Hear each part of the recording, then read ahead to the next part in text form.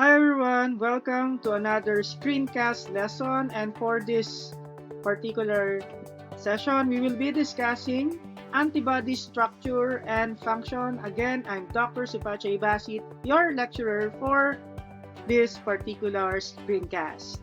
So for this topic or for this screencast, we will be discussing the structure of immunoglobulins, and then we'll be defining what are the light chains, heavy chains, and then of course the three-dimensional structure of antibodies, the characteristic of different types of immunoglobulins, the antibody diversity theories, the genes coding for immunoglobulins, and of course the monoclonal antibodies. Okay, let's define antibodies. Antibodies are immunoglobulins. So primarily speaking, they are made up of carbohydrates and proteins, hence the term glycoproteins. They are primarily found in the serum or in the plasma. And do you know that it is made up of, again, protein and carbohydrates? So 82 to 96%, okay, this percentage is considered as the polypeptide derivative, while the carbohydrate derivatives are about 2 to 14%. Now remember, there are 5 classes of immunoglobulins. These are IgG, IgM, IgA, IgD, and IgE. Okay, antibodies are the key element of humoral immune response. Okay, now, if we're going to do serum electrophoresis, okay, antibodies appear primarily in the gamma band. Okay, so again, what are the serum proteins? Serum proteins are albumin and globulin, and there are 3 fragments of globulin. We have the alpha globulin, we have the beta globulin, and then we have the gamma globulin. So antibodies primarily appear in the gamma globulin band. Okay. So these are the structures of tetrapeptide immunoglobulin. So the basic 4 polypeptide chains include 2 large heavy chains. So you can see here the 2 large heavy chains, and then you also have the 2 small light chains. Okay, so these heavy chains and light chains are being held together by the disulfide bond. So you can see here the SS band. So this is the so-called disulfide bonds. Now there are 2 main domains of the immunoglobulins. You have FAB. This is the FAB. FAB stands for fragment for antigen binding. So you have 2 FAB region, and then you have the FC, fragment crystalline. And the reason why we call it fragment crystalline, because this is the one that crystallizes upon purification. Okay, so let's talk about the heavy chain. So by the way, if you are able to see the dark colored structure here, okay, all of the dark colored structure here, this refers to the constant region. Okay, so you have the constant region here. So we have the so heavy chain has 2 constant regions, CH2 and CH3. Okay, and then of course C3 pala, sorry, CH1, CH2, and CH3, the constant heavy chain. And then we also have here the outer portion, we have the variable chain. So this is the variable heavy chain, and then this is the variable light chain. So heavy chains have CH1. CH1 is here, constant heavy chain 1, and then CH2 is constant heavy chain 2, and then constant heavy chain 3. And then we also have here the constant light chain, and then the variable light chain. So the variable regions are usually at the outer part or at the outer FAB part. Okay, so the rest would be the constant region. The variable region here at this side, and then the constant region at this.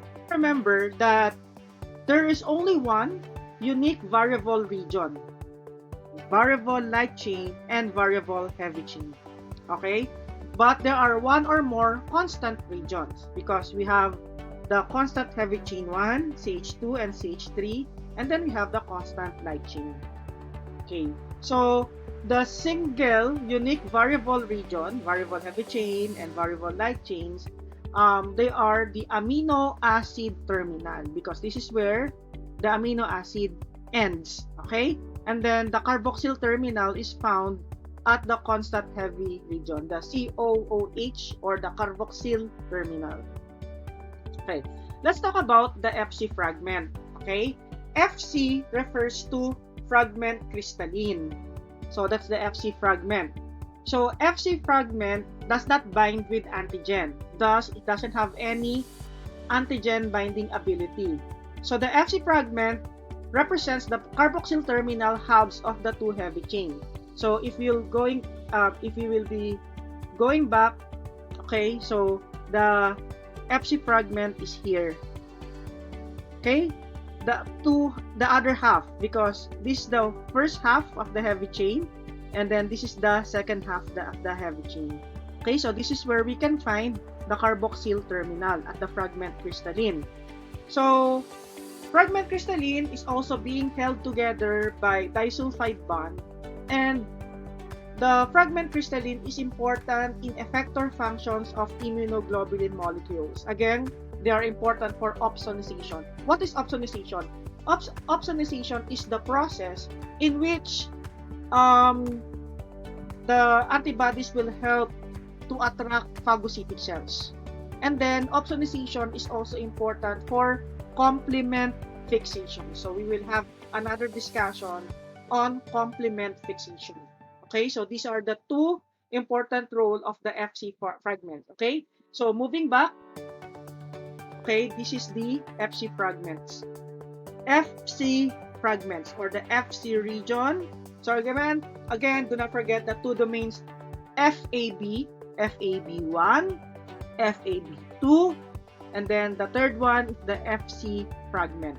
Okay, so let's talk about the FAB fragment. Okay, FAB stands for fragment for antigen binding.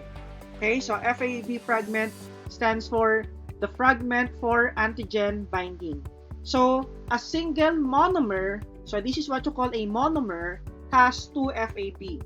Okay, FAB1, and then this is the FAB2. Okay, so papain is an enzyme that can digest immunoglobulin, and upon digestion with papain, immunoglobulin monomer is divided into three fragments, 2 FAB and 1 FC. So if you will be looking at the FAB fragment, okay, it is made up of 1 light chain and 1 heavy chain. So they are also being held together. So this is the disulfide bond. Okay, so that is when you're going to digest immunoglobulin with an enzyme papain. Okay, so FAB2, the 2 here refers that in a single monomer, there are 2 FAB.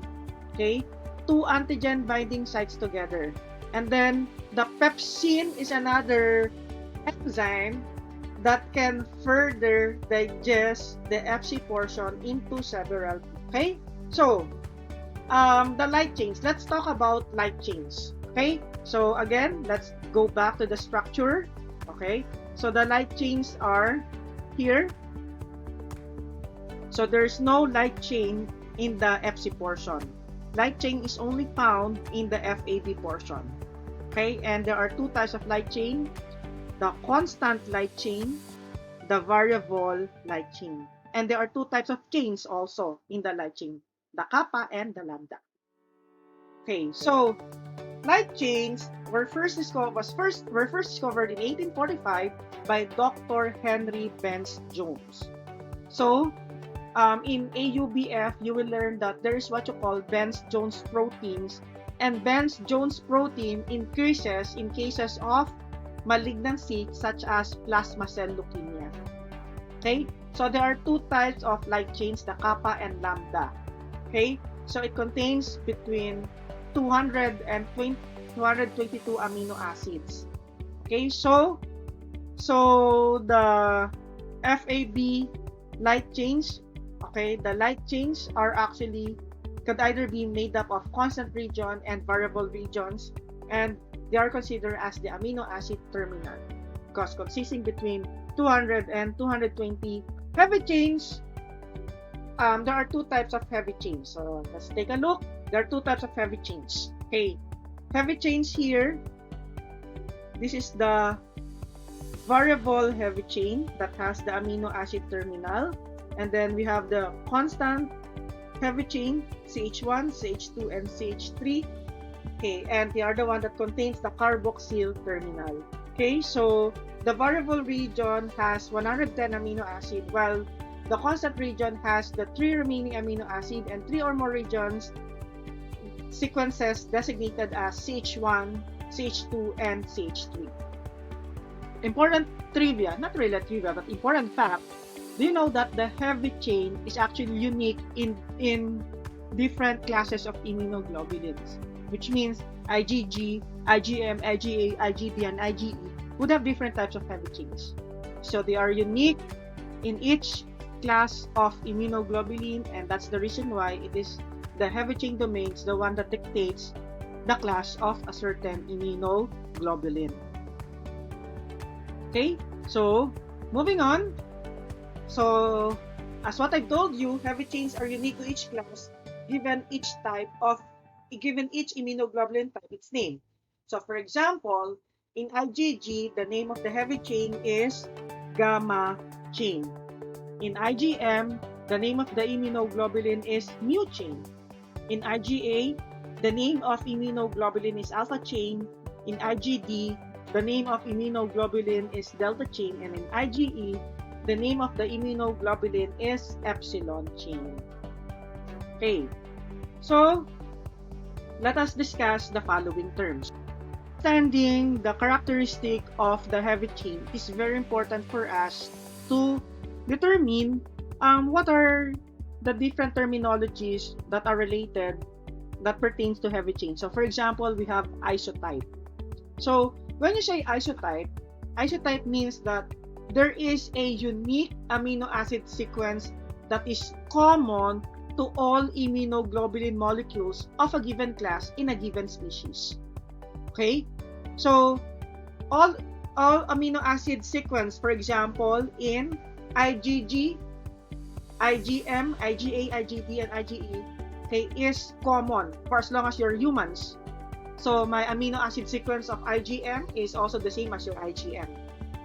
Okay, haplotype, however, means that in some immunoglobulins, there are minor variations of isotype sequence that are present in some individuals but not in others. These are just minor variations. Okay, so for example, in IgG, four allotypes may occur. In IgA, there is also an allotype may occur, and also in the kappa chain of the light chain. So allotype may occur, but it is just a minor variation.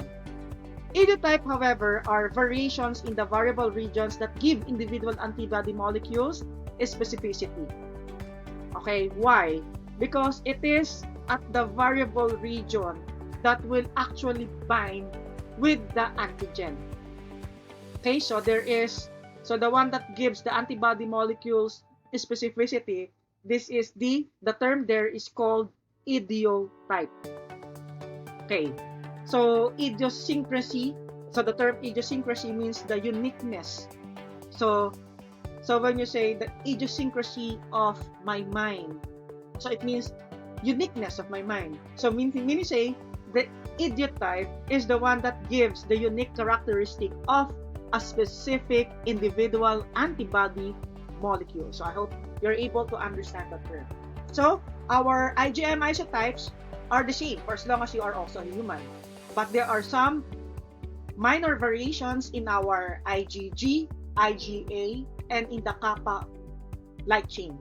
But a certain antibody of a given individual will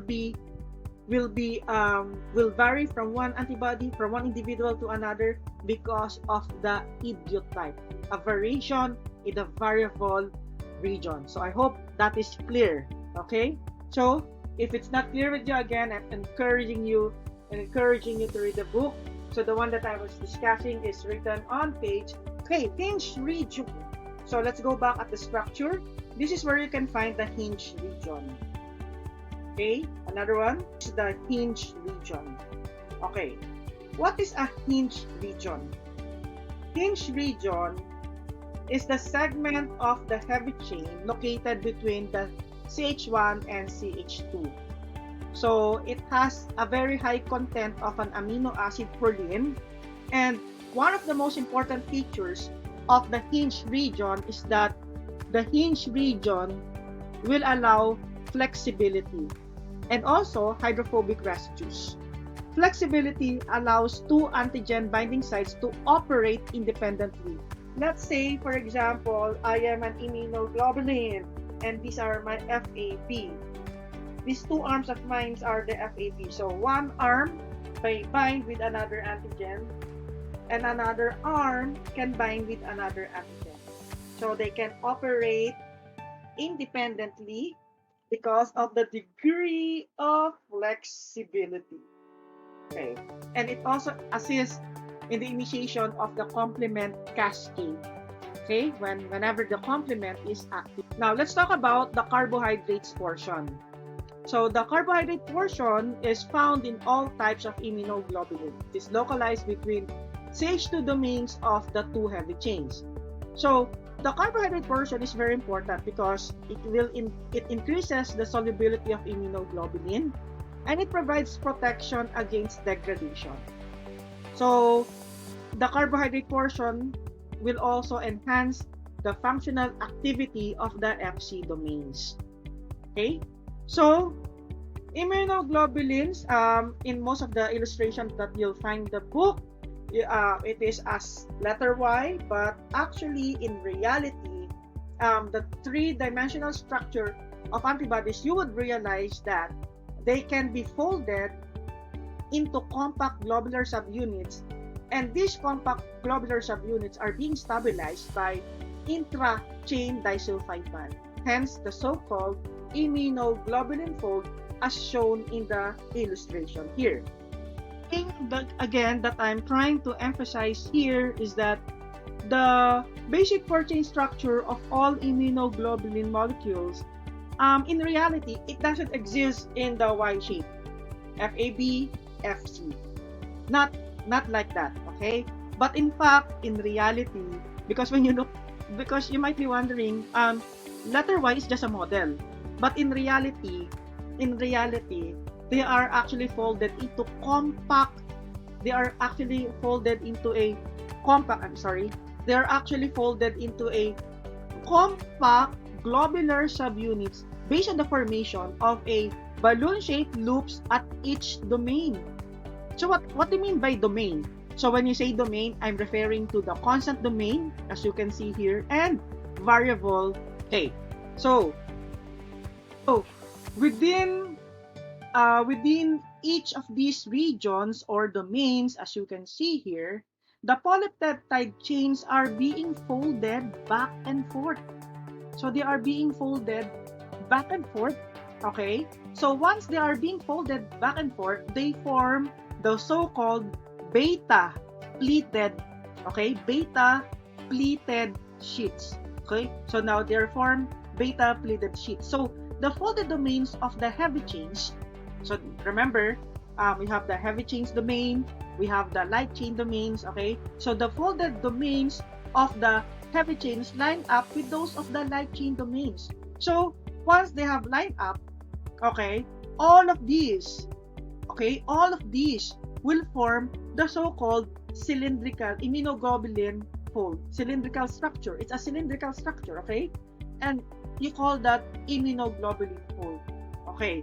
So whenever, for example, the antibodies were able to capture, let's say, for example, an antigen, okay, by binding to small number of amino acids, and usually these are found at strategic location on each chains. Okay, so the strategic locations, okay, of a chain, okay, we call it the hypervariable region. So there are actually 3 small hypervariable regions. As you can see here, we have the CDR1, CDR2, and then the CDR3. Okay? So why do you call it CDR? CDR refers to complementary determining regions. Okay? So 3 small hypervariable region. Okay? So consisting of approximately 30 amino acid residues are found within the variable region of both heavy chain and light chain. Okay? So the CDR, as you can see here, CDR1, CDR2, and CDR3. Okay? So the CDR is between 9 to 12 residues long. Okay? They occur as loops in the fold of the variable region. So, for example, the CDR1 here, this is the loop. And then the CDR2 here, this is the loop. And then the CDR3 here is the loop. So within the variable domain. Okay? So again, the antigen binding site is actually determined by the apposition of the 6 hypervariable loops. So the 6 hypervariable loops, okay, located here. So for example, 1, 2, 3, 4, 5, 6. Okay? So there are actually 6 hypervariable loops, 3 from each domain. So antigen binds in the middle of the CDRs. So can you just imagine, guys, if there are loops here, so dito matatrap yung antigen. Another loop here, so dito matatrap yung antigen. Another loop here, dito matatrap yung antigen. So antigen binds in the middles of the CDR with at least 4 of the CDRs involved in the binding. Thus, a small number of amino acids can create immense diversity of antigen binding site. So properties of individual antibodies are also considered. So there are 5 classes of immunoglobulins, and each of these 5 classes of immunoglobulins would have several antibody properties, which we will be discussing in the succeeding slides.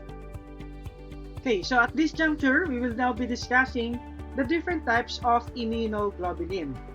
Okay, so the predominant immunoglobulins in humans is actually the IgG.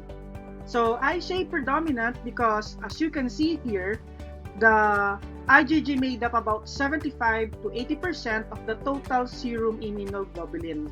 So it has the longest half-life of any immunoglobulin class, which means that it remains 23 days or about 23 days predominantly in the serum.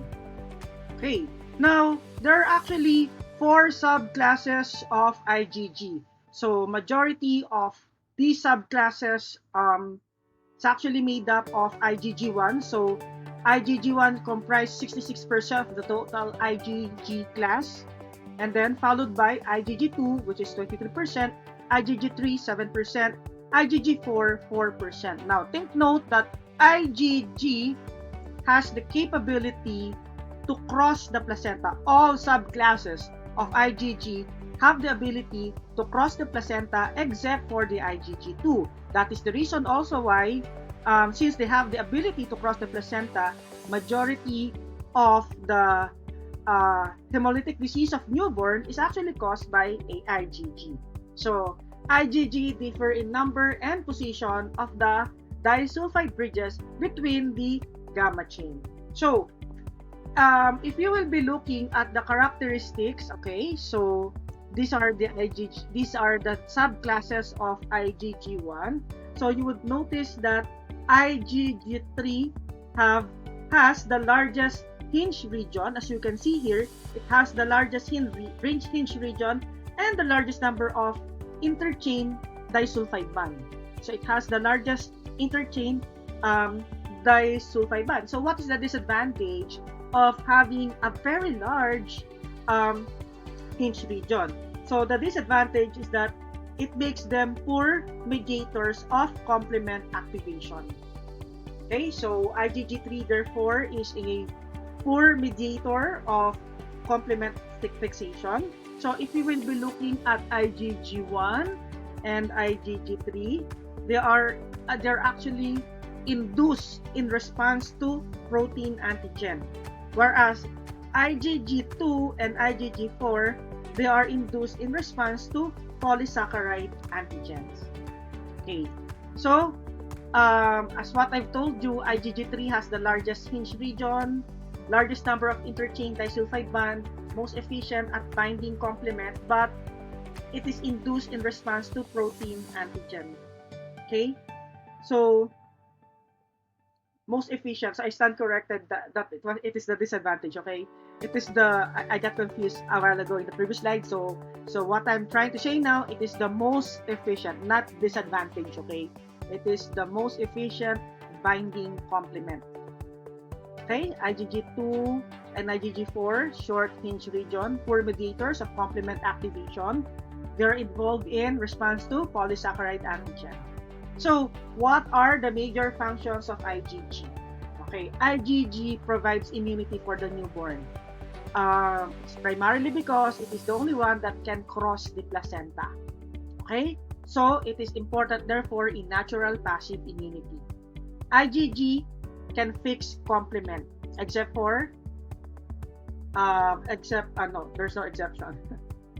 Okay, coating antigen for enhanced phagocytosis. So we call it opsonization.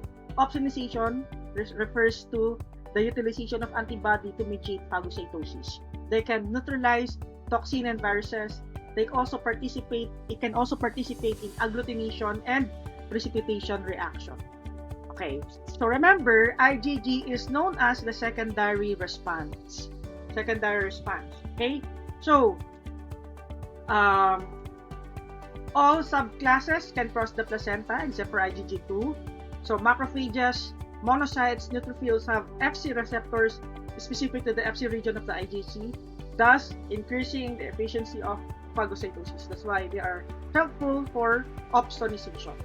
And then high diffusion coefficient allows IgG to enter extravascular spaces more readily than any other immunoglobulin types. So IgG plays a major role in neutralizing toxins and viruses. So to test for the presence of IgG, we can do the agglutination and precipitation, but between the two, IgG is much better at precipitation than agglutination because IgG, because of its very small molecular weight, therefore it can easily be soluble. So which means that precipitation involves small soluble particles, so which are more easily brought together by the relatively small IgG molecule. So remember, among the 5 classes of immunoglobulin, IgG is actually the smallest. Okay, now let's talk about IgM. IgM, oh, by the way, IgG is an example of a monomer. IgM is an example of pentamer, but sometimes, as you can see here in the slide, it can exist as monomer. Remember our previous discussion on probe B cells, immature B cells. So, diba, we have IgM there as a monomer.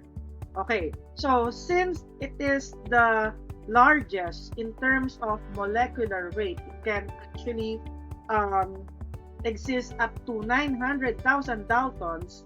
So it is a macroglobulin and accounts for 5 to 10% of all serum immunoglobulins.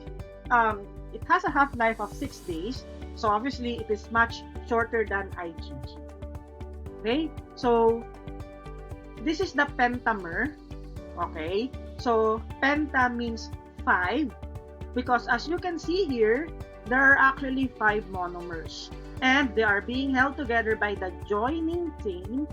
So the joining chain is called the J chain. So it's called the J chain, okay, which serves as the linkage point for disulfide bonds between 2 adjacent monomers. So one here and another here, one here and another here. So it has a star-like shape, and since it is a pentamer and each monomer has 2 FAB, therefore in the whole structure of the IgM, you would expect to have 10 antigen binding sites. So, yes, because of the 10 antigen binding site, we would expect IgM to have a very high valency. It has a high valency and found mainly in the intravascular pool. Because of its molecular weight, IgM cannot cross the placenta. So if IgG is known as the secondary response, IgM is now known as the primary response antibody, which means that it first appears after antigenic stimulation in the maturing infant and synthesized only as long as antigen remains present. Now, let's apply this particular fact in a more appropriate scenario that we're having today. Let's say COVID-19 antibody testing. In COVID-19 antibody testing, you will be able to see two lines. One line indicates that you're IgM positive, and the other line indicates that you are IgG positive. Application. Okay, let's say for example that a person got infected with SARS-CoV-2, which is the etiologic agent of COVID-19. At the early onset of the infection, it says here synthesized as long as antigen remains, which means that IgM is synthesized as long as the virus remains. So if you're positive with IgM, it means that you have an active. So eventually, the level of IgM diminish. For example, you've been cleared of the virus. And then eventually, the next antibody that will be produced is the secondary response, which is the IgG. What does it mean?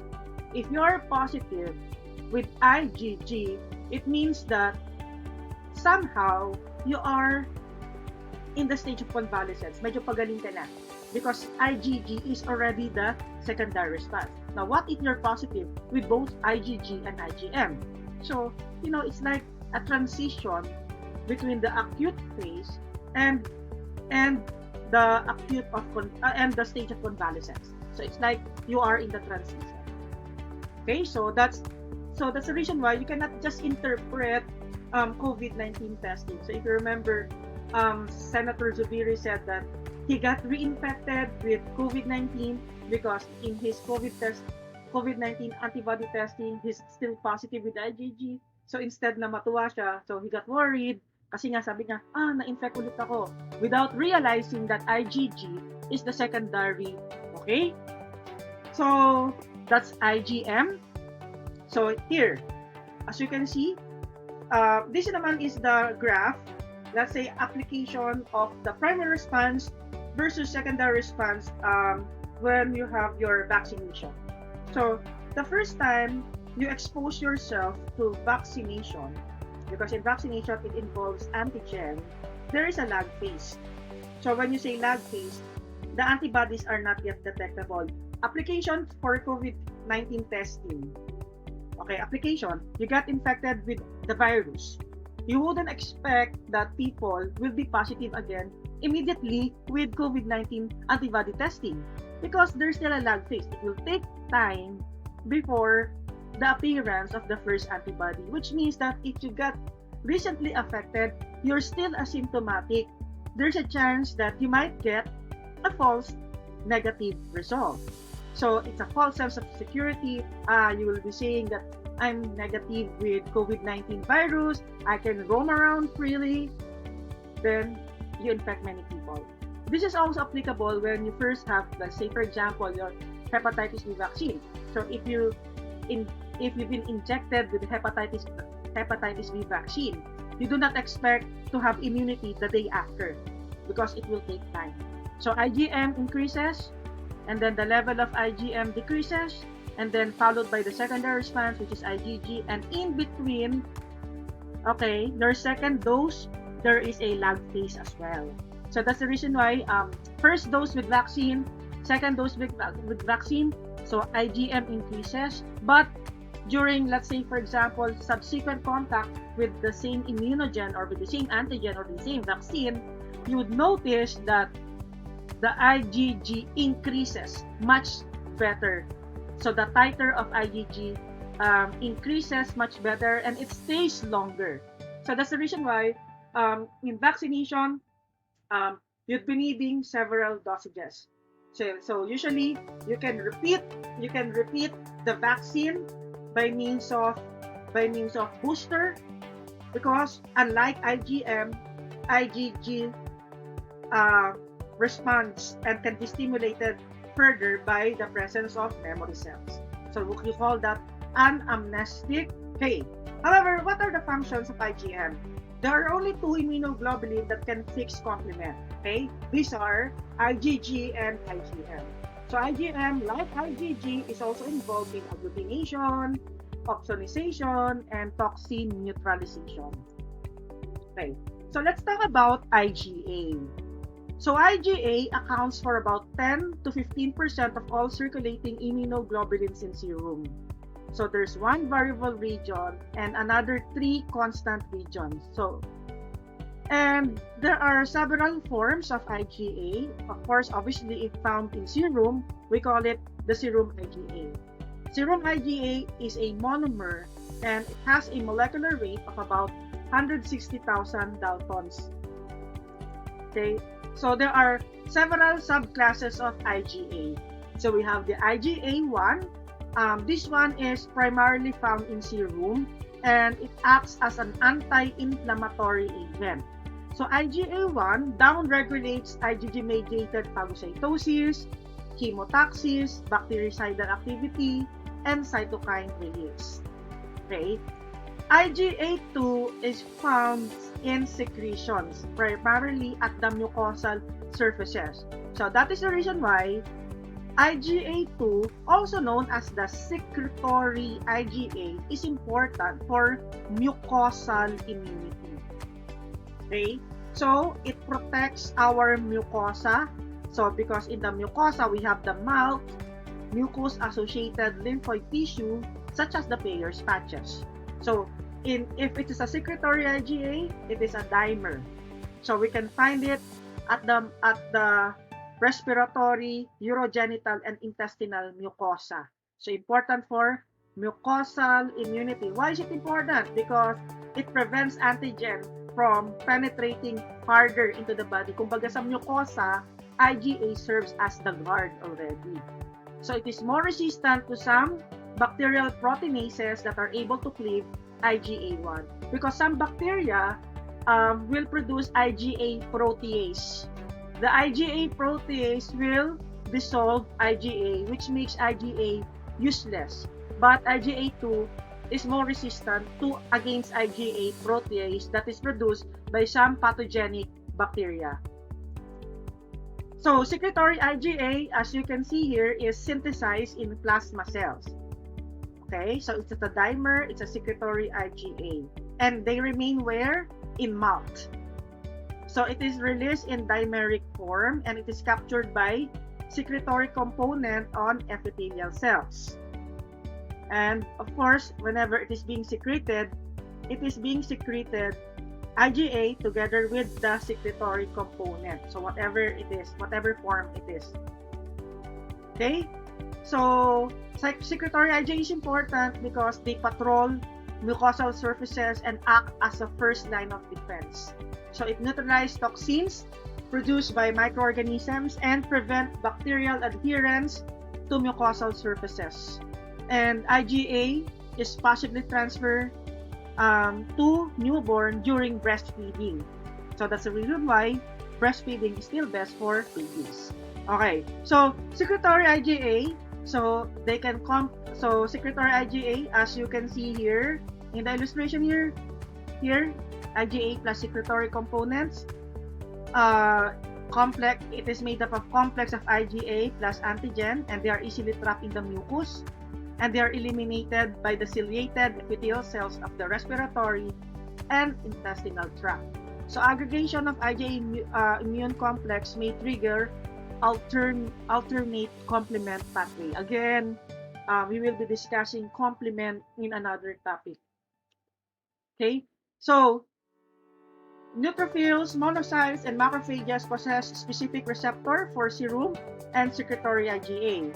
So binding to this site triggers a respiratory burst and degranulation of the cells involved. So whenever the cells secrete IgA, so the granulation of these cells may be expected. Okay, both forms of IgA can thus act as opsonins, which promotes phagocytosis. Now, among the different classes of immunoglobulin, it is the IgD that is considered to be as extremely scarce in the serum. So IgD accounts for less than 0.001% of total immunoglobulins. Okay, it has a molecular weight of approximately 180,000 Daltons. So IgD is made up of delta heavy chain.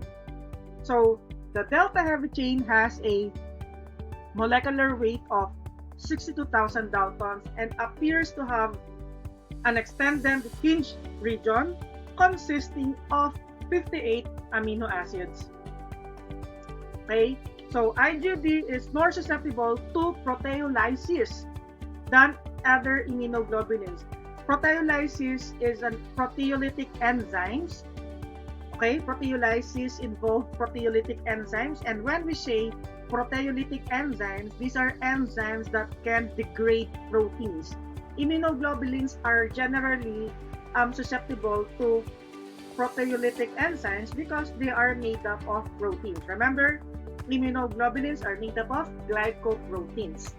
Okay, it has a short half-life of 1 to 3 days, and it is found on the surface of immunocompetent but unstimulated B lymphocytes. Okay, appears second after IgM. So IgM is first produced, followed by IgD. Therefore, IgD may play an important role in B cell activation. Remember, in pre, pro, immature, mature B cells, you can find IgD in somewhere along that particular process of maturation. So IgD plays a role in regulating B cell maturation and differentiation. So IgD is secreted, the secreted form in IgD, okay, secreted form in serum does not appear to serve a protective function.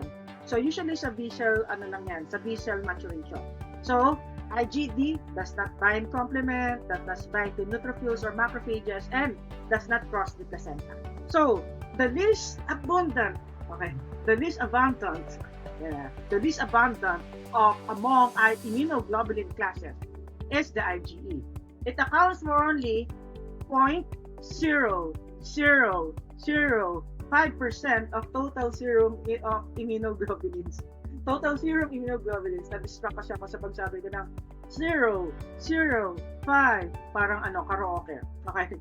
It has an epsilon chain composed of around 550 amino acids that are distributed over one variable and 4 constant domains. Now remember this, guys, IgE accounts for only 0.005%. However, its concentration increases up to 10 times whenever you have allergic reaction and even parasitic infection. Okay?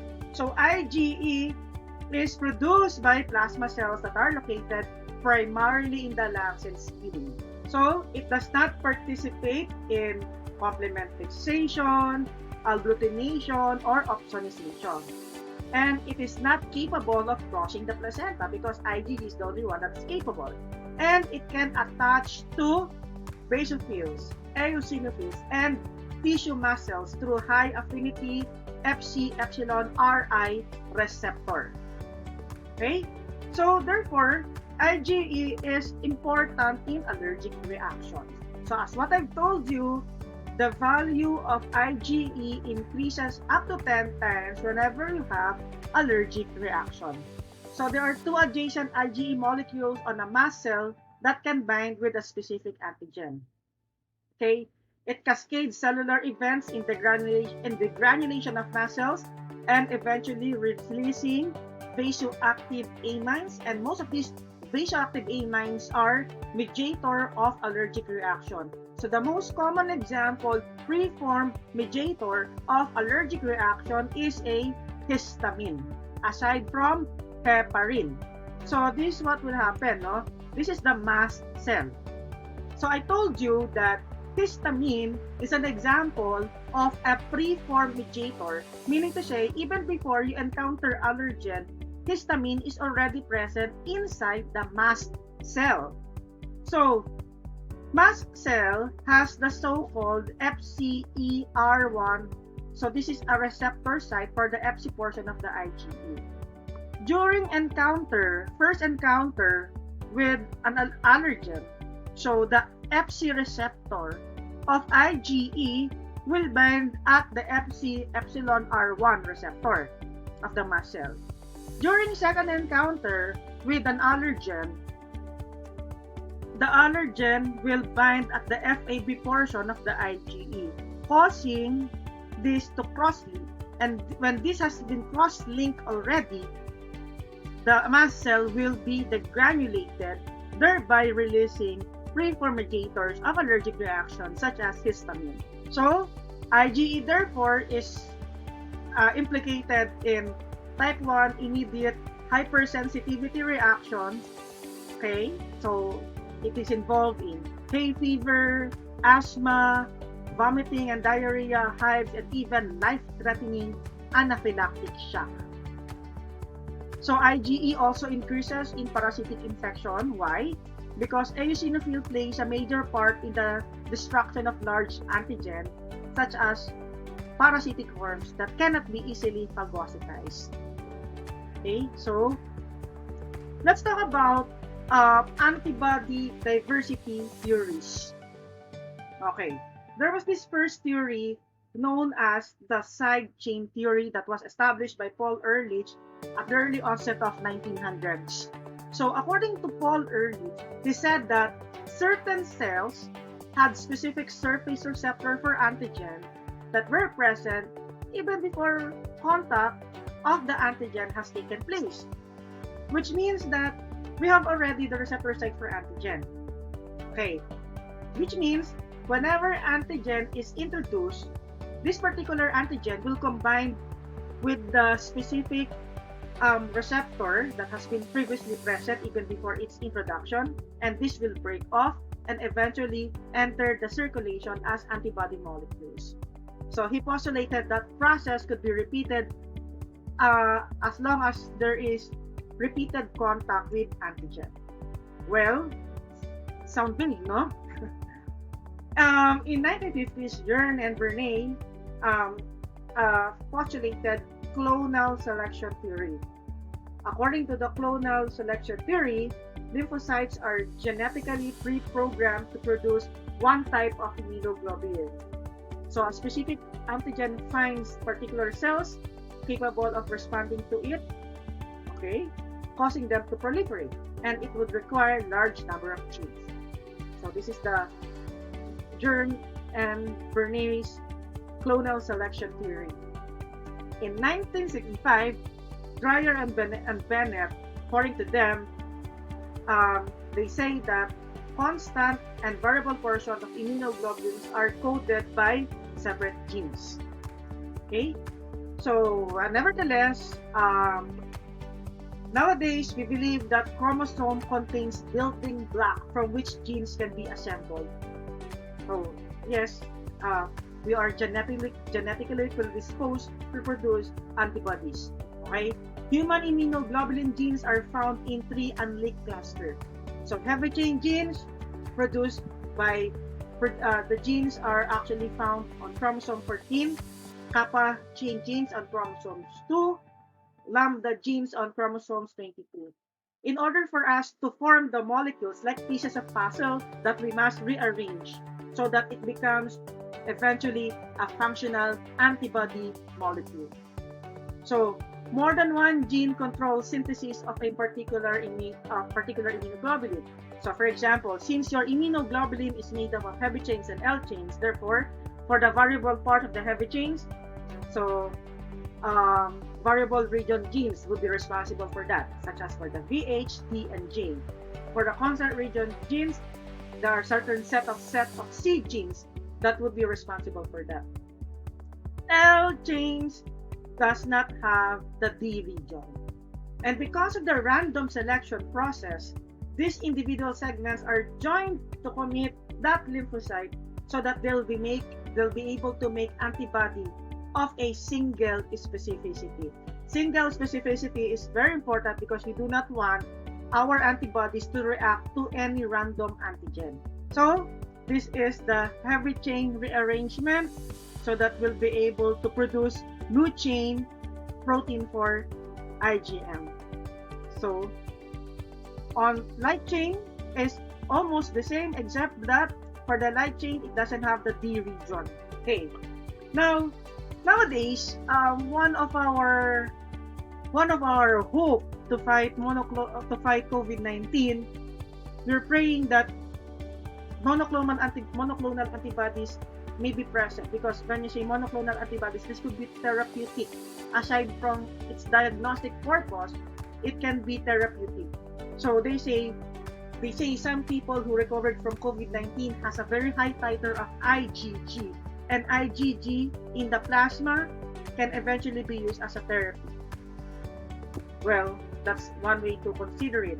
Okay, so monoclonal antibodies are actually antibodies derived from a single clone of B cells. So that's why it's called monoclonal antibodies. So together with this module, I will be showing you animation how monoclonal antibodies are being produced.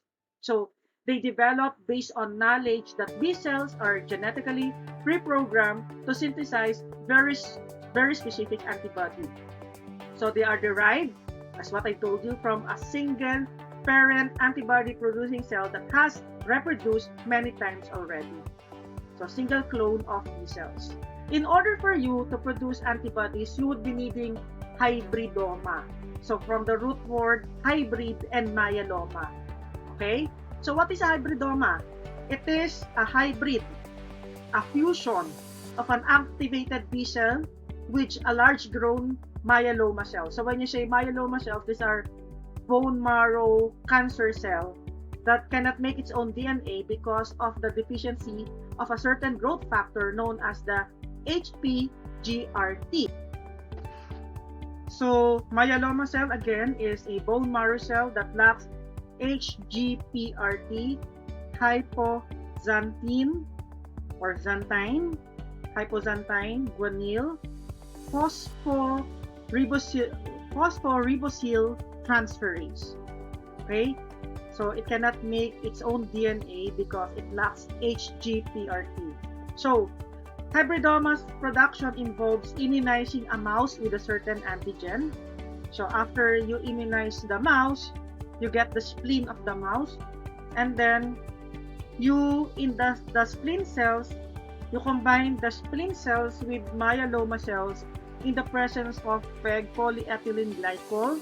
So the spleen cells and the myeloma cells will fuse, two becomes one, and that's what you call hybridoma. And then each of the hybridoma will produce antibodies. So all you have to do is to screen the desired antibodies of your choice.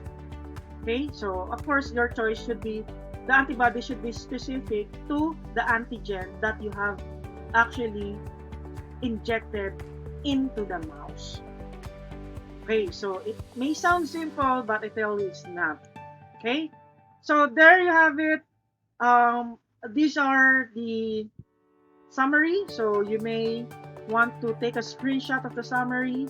Okay, so God bless everyone. Be sure to study your lesson. Do not procrastinate. Again, this has been Dr. Sipache Bassett saying, God bless you and good day, everyone.